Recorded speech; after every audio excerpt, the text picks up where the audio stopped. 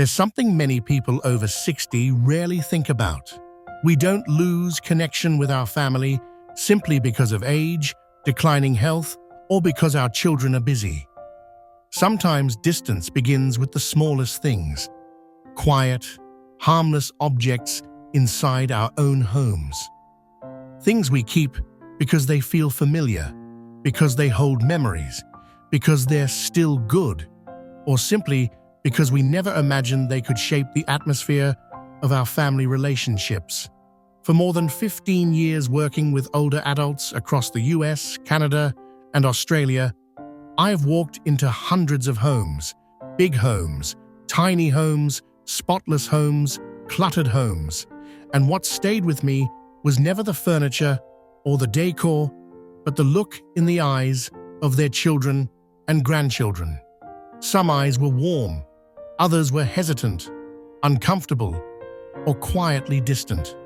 And none of it was random. No one intentionally pushes their family away. No one wants their home, once filled with love, to slowly become a place people tiptoe through. But the truth is, there are 7 types of items, just 7, that can unintentionally create emotional distance. Not because they're bad or meaningless, but because they keep us anchored to a time that has already passed, making it harder for others to meet us in the present. If you're watching this video, chances are you're ready to gently look around your home, not to throw things away, but to understand whether something inside these walls is pulling you backward or making it hard for your loved ones to feel at ease when they visit. And if you've ever felt left behind, please don't worry. Every meaningful change in life begins with one small step, looking inward with kindness. And you're doing that right now. 1. Shrine of past glory. In many homes I've visited, from Ohio to Melbourne, Toronto to Florida, there is one thing families admit quietly but rarely say to the older adult in the home. Every time we visit, it feels like we're stepping into the past. Not because they don't respect your achievements, not because they don't treasure your stories, but because walls filled with certificates, awards, medals, newspaper clippings, and hundreds of old photos can slowly turn into a curtain that blocks the present. I remember Helen, a 67-year-old woman from Minnesota. Her living room was her pride, covered with family photos, work awards, and certificates from decades ago. Whenever her daughter brought the grandchildren over, Helen would lovingly point out each picture, retell each memory, and explain every little detail. What Helen didn't know was this. Her 16-year-old granddaughter always sat on the very edge of the couch, not moving, afraid to knock something over. Her daughter smiled politely but felt anxious, knowing the same stories would repeat again and again. No one blamed Helen. She kept those items because they represented the chapters of life she cherished most. But over time, those memories filled every corner, every physical space, every conversation, until the present barely had room to breathe. When the wall of memories becomes too big, visitors begin to feel small, like temporary guests in your world instead of active participants in your life today. Geriatric psychologists call this the emotional museum effect. It's not that you're choosing to live in the past. It's that every object invites your mind backward again and again, sending a quiet signal that your best days already happened. But here's the beautiful part. You don't have to throw away any precious memory. No one wants that. The key is simply creating a little breathing room for the present. Many older adults follow a simple rule that works wonders. Keep only 3 truly meaningful items in each room. Not the most expensive ones, not the biggest ones. Just the ones that make you smile. Not because of what is gone, but because of what was good. When Helen tried this, her living room opened up. Her stories shifted. They were no longer about 20 years ago. They were about today. and the things she still wanted to do, learn, and explore. Her daughter said something that made Helen tear up. "For the first time in years, I feel like you're living with us, not in a place we can't reach." So take a gentle look around your room today. Is there something pulling you further into the past than you realized? Share your thoughts in the comments below. I read every single one. 2. Fortress of outdated furniture. There's a certain kind of home where, the moment you step inside, you feel something unspoken. It's not that the homeowner doesn't love their family, it's simply that they've grown so accustomed to silence. They don't realize their furniture has quietly been holding back every conversation. These are the living rooms filled with sofas from the 1980s, cushions that sink instantly, coffee tables so heavy no one can move them, and dining chairs so stiff that family dinners never last long. I remember visiting Mr. Walter in Texas, a kind, gentle man who always wondered why his 3 sons preferred meeting at restaurants or at their own homes instead of his. Every Thanksgiving, he cooked the traditional dishes with love. And every year, his children came up with reasons to host the meal somewhere else. He thought they simply didn't want to spend time with him. But the truth was sitting right there, in the middle of his living room. A massive, dark brown sofa that felt like a stone bench the moment you sat down. I tried sitting on it. 10 minutes. That's all it took for my lower back to ache. The coffee table was so heavy, it couldn't be moved for family games. The dining chairs were rigid, making long conversations impossible. And the room was dim, because the old furniture absorbed every bit of light. It didn't feel like a place for connection. It felt like a showroom, holding on to memories of a different era.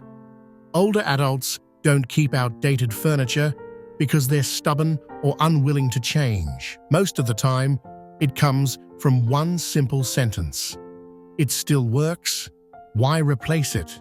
Yes, it still works, but it no longer serves the life you have today, especially if you want your family to stay longer, sit comfortably, and truly enjoy being with you.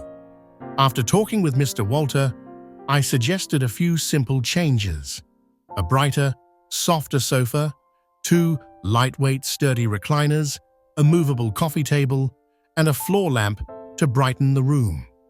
The total cost was under $1,000, but the change in his family was priceless. Just 1 month later, his oldest son said, "Dad, we want Christmas at your place this year." Mr. Walter told me something I'll never forget. It wasn't the furniture that changed, it was the atmosphere. The house feels lighter now, warmer. People actually want to sit and talk again. And sometimes, that's all a home needs. Not expensive renovations, but a gentle shift that makes people feel welcome, not wary. 3. Museum of Broken Dreams. Across hundreds of homes, from small apartments in Vancouver to spacious houses in Ohio, there is one room I recognize instantly. A dining table, a corner of the living room, or even an entire spare room filled with unfinished dreams. Half-knitted scarves, sewing projects paused years ago, paint still unopened, scrapbooks spread across the table, or dozens of craft tools untouched for far too long. One of the stories I remember most clearly is Gloria, a 75-year-old woman in Michigan. Her dining table hadn't seen a single plate in nearly 5 years. Instead, it was covered with fabric, boxes of thread, decorative paper, glue, buttons, cardboard, everything she needed for projects she always thought she would finish someday. But someday, never came. Whenever her family visited, her daughter Amy would gently ask, "Mum, how about we clear the table so we can eat together?" But Gloria would always respond, "Leave it there, sweetheart. I'm still working on it." Deep down, She knew she no longer had the eyesight, the stamina, or the motivation to continue, but she couldn't let go because those unfinished projects were reminders of who she used to be, the skills she once had, the passion she once felt.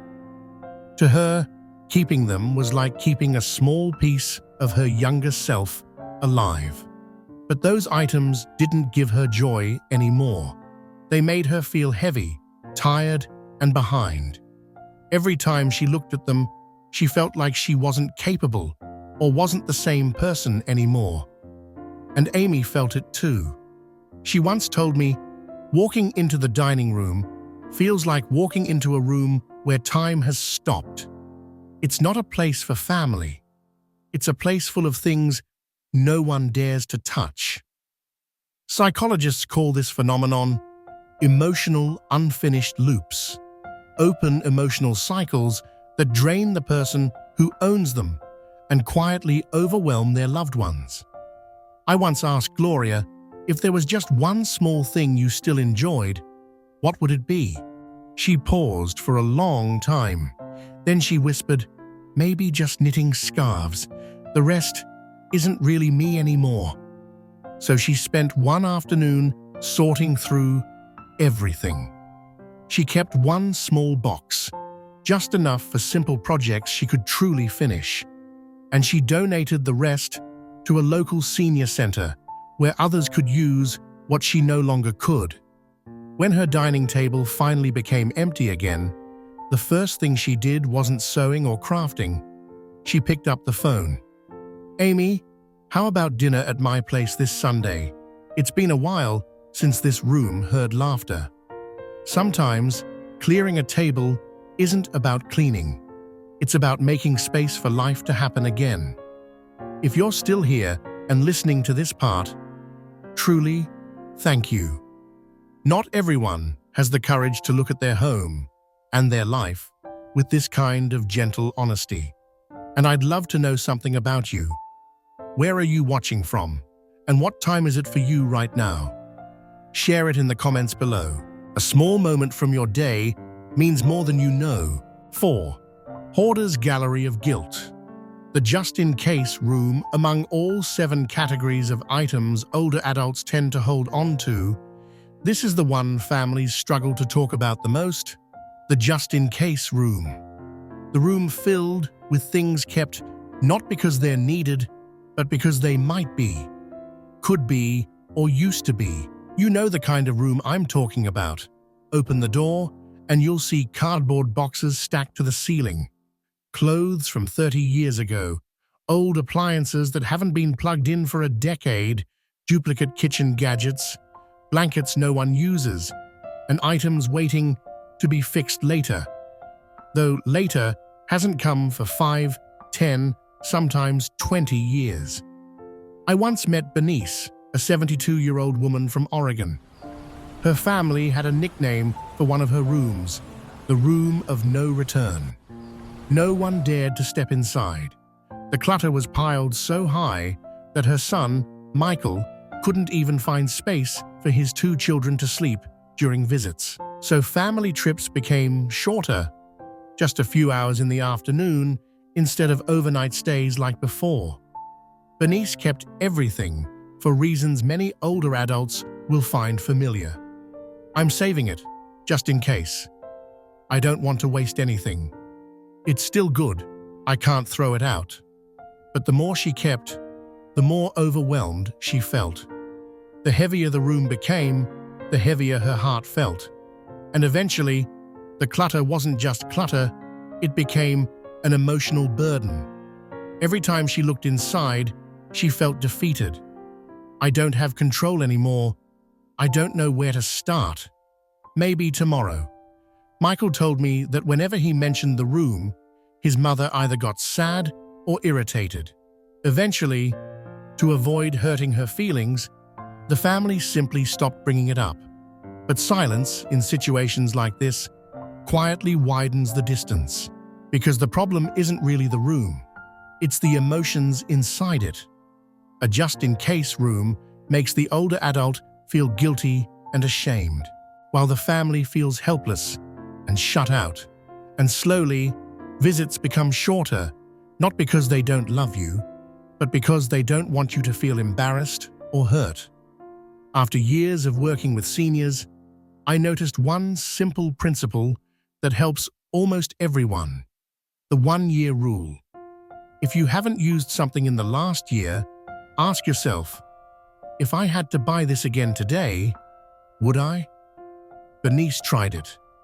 She kept only what she truly used: a few sheets, a few kitchen items, and a handful of meaningful keepsakes. Everything else was donated to local families who needed it more. The transformation was astonishing. The once cluttered room became a cozy guest room for her grandchildren. And the moment that moved her most was when Michael said, "Mom, we want the kids to stay overnight at your house every weekend." Sometimes what you lose is just a room, but what you gain is closeness you thought was gone forever. 5. Prison of plastic protection. The overprotected home. Across homes in the US, Canada, and Australia, there's a very recognizable pattern among older adults. Sofas wrapped in plastic, remote controls sealed in plastic bags, rugs covered with plastic liners, even lamps or tables shrink-wrapped to keep them new. The house looks spotless, shiny, preserved, but no one feels comfortable sitting down, relaxing, or eating in the living room. I remember visiting Arthur, a grandfather in Florida who adored his granddaughter Sophia. But Sophia, just 8 years old, felt tense every time she came over. Whenever she sat down, Arthur would say, "Careful, sweetheart, don't slide the plastic. Don't touch that, it might scratch. No eating in here, you'll stain something." Sophia once told her mother, "Grandpa's house feels like a hospital." A simple sentence, but painfully true. In an overly protected home, children rarely feel welcome. Older adults often keep things wrapped because they grew up valuing preservation, protecting what they worked hard for, preventing damage, keeping things like new. But when overprotection lasts too long, the home begins to lose its warmth. It becomes too clean to touch, too perfect to live in, too fragile for laughter. Psychologists call this an environmental stress signal, not because the homeowner is strict, but because the environment itself tells visitors to be careful, quiet, cautious. And children, who thrive on freedom, visit less. Adult children suggest meeting elsewhere. Family dinners, the moments older adults look forward to most, slowly disappear. Arthur only realized this when little Sophia asked him a question he will never forget. "Grandpa, why do you love your sofa more than me?" That was the moment everything shifted. By the next weekend, Arthur removed every plastic cover. He unwrapped the remote controls, put a soft throw blanket on the sofa, and let the room breathe again. He told me, "For the first time in years, my living room sounds alive. Not like plastic crinkling." No one is asking you to let your belongings be ruined. But sometimes, what your family needs isn't a perfect sofa. It's a place where they can sit beside you without fear of doing something wrong. 6. Shrine of departed souls. When memory takes over the home. Among all the homes I've walked into, this is the one that makes visitors the most uneasy. A home filled with the clothes, belongings, photos, and scents of someone who has passed away. These spaces are full of love and memories, but over time, they can become places where the past takes all the space that the present desperately needs.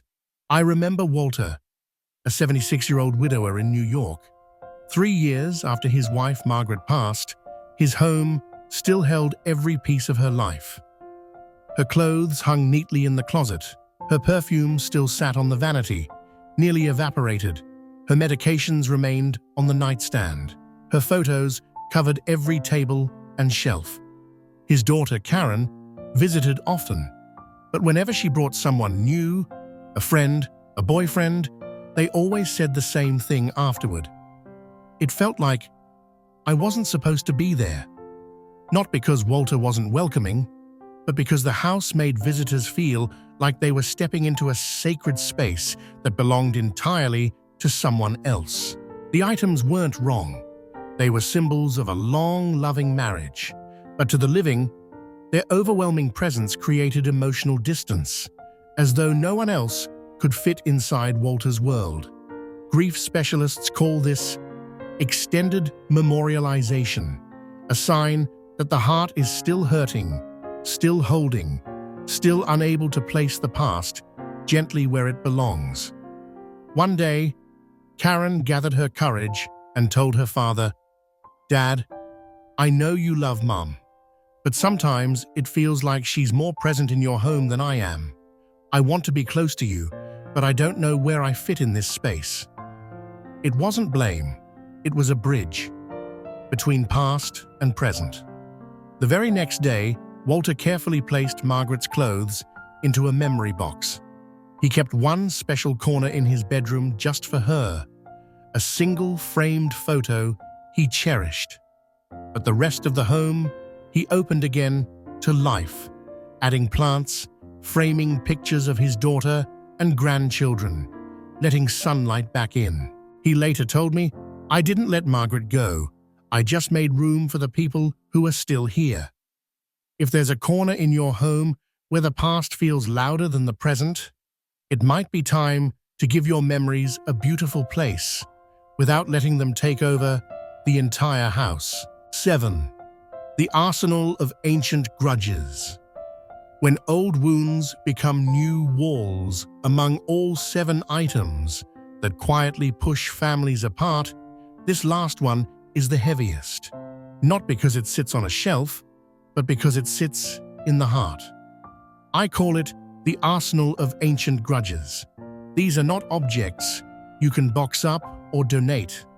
They are the old letters you've kept for decades, the legal papers proving who hurt you, the photos that remind you of betrayals, or the stories you've told so many times that even you can't remember how they started, only how they made you feel.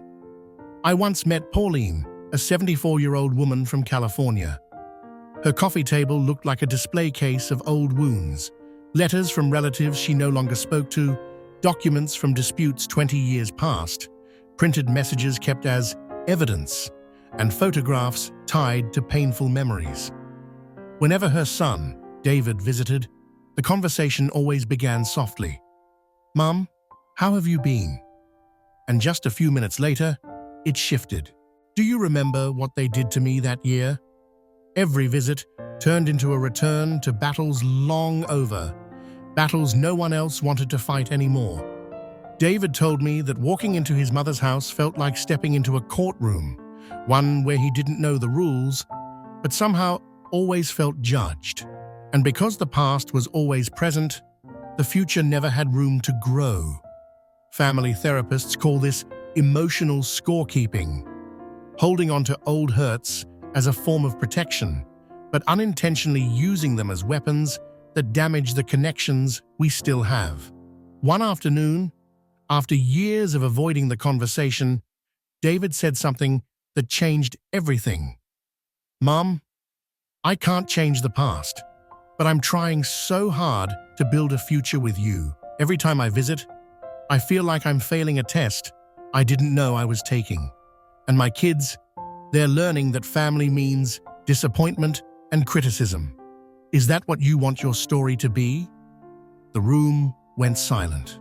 For the first time in many years, Pauline set the old letters down. The next morning, she gathered every evidence of old pain, the documents, the photos, the printed messages, placed them gently into a box, and put it away in the garage. Not to erase the past, but to release herself from living in it. She told me later, those things weren't protecting me anymore. They were imprisoning me, and when I put them away, I felt myself breathe again.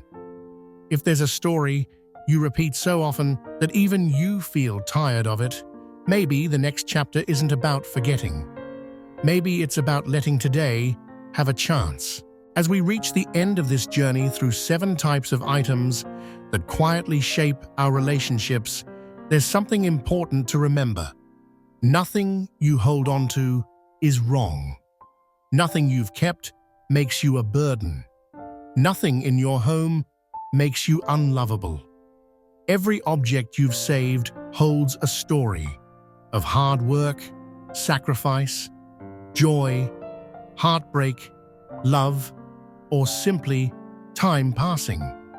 These items are chapters of your life. They matter, but sometimes the chapters we keep open too long make it harder for the people we love to enter the story with us.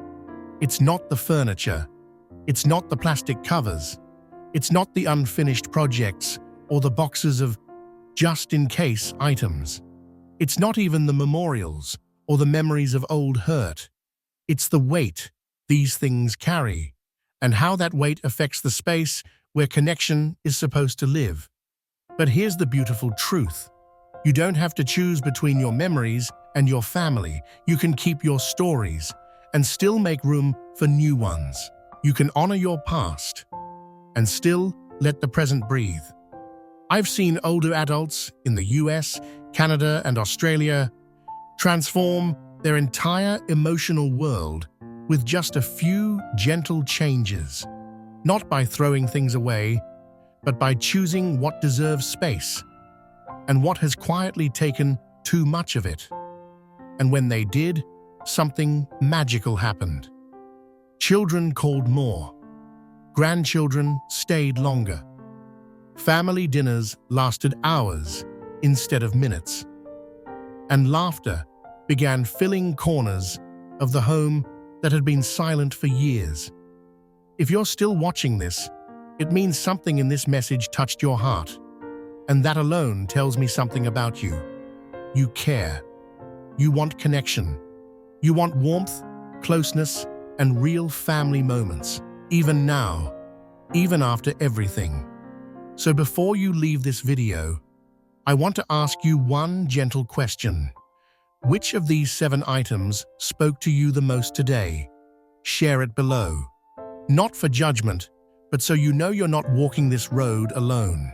And if this video brought you clarity or comfort, please hit like and subscribe to Senior Rise.